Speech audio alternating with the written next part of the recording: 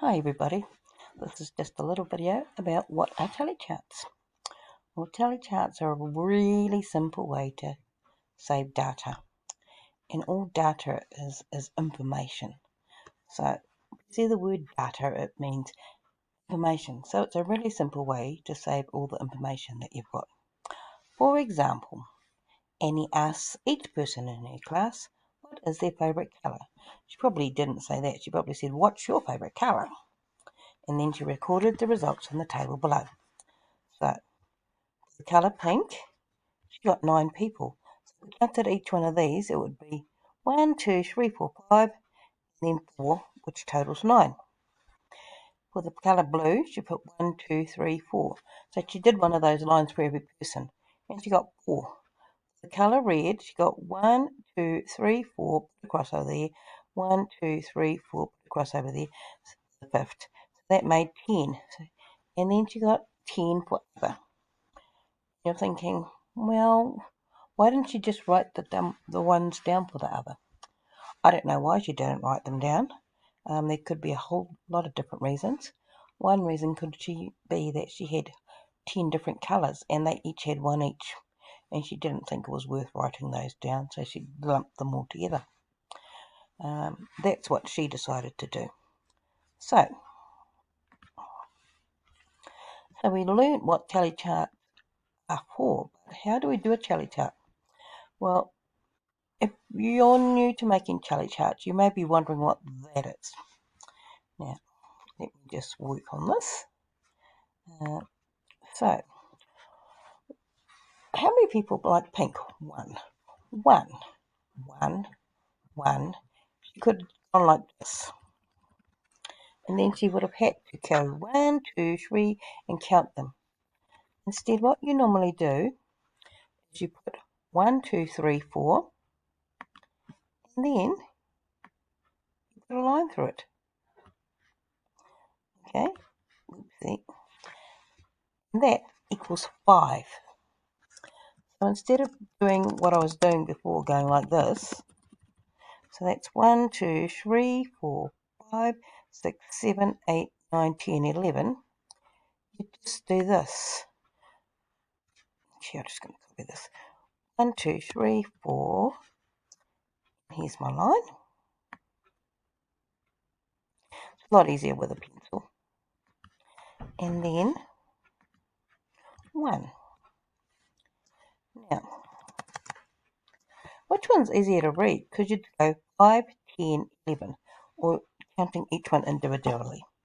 So normally, this is how you do it, because otherwise it makes it too hard to count like that. Okay? So, now it's your turn. You have to make your own tally chart, and it can be on any subject you like, and get some data. So you need to, first of all, think, what is your question? You don't want to make it too hard a question, because you just want people to give you an answer. So what was Anne's one? Her one was, what is your favourite colour? Okay? So that's a good one. What is your favourite something? Or whatever else you come up. So, answer the question, and you have to come up with the most popular category in the table and why. So after you've asked your questions, then you have to make one of these, which is your tally chart. So, in this one, colour, here was her question here, favourite colour. So the category was colour. Tally, those were the bits where she went 1, 2, 3, 4.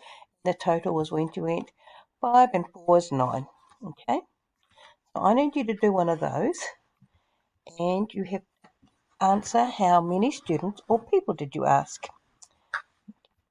Right, so that way you know what I can ask you that. And okay, there's something else I need to show you.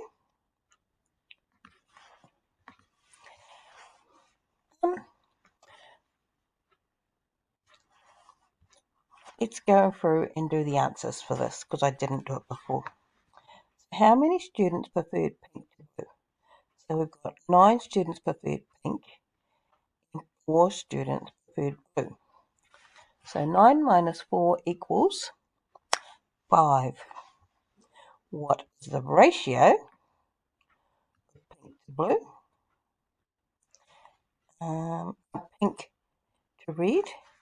Well, we had 9 that liked pink and 10 that liked red. So the ratio would be 9 to 10. How many students are there in Annie's class? Well, how would I know? That's probably what you're going to say, but this is what you do. Count all these. Unless you ask people, so you can't get people to say, what's your favourite colour? Oh, I like pink and green. You have to choose one colour, okay? Not more than one. So 10, 20, 29, 33. If you total up these, that's how many people in the class. So I would say that in Annie's class, there were 33 people.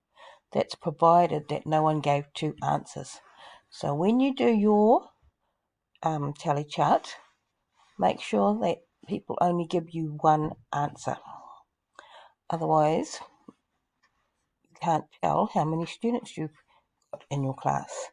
Or the total will not be the same as the total of your students, of the people that you asked. And for this exercise, I want it to be the same. Okay? So you need now, soon, you need to create a tally chart. Okay? Looks like that, but it's got your own category. What's next? What's next is you'll create a tally chart and put it, I'm going to put it as one of the options. And then what's coming up next is graphs, okay? And I'll probably do one of these again for graphs. See you later.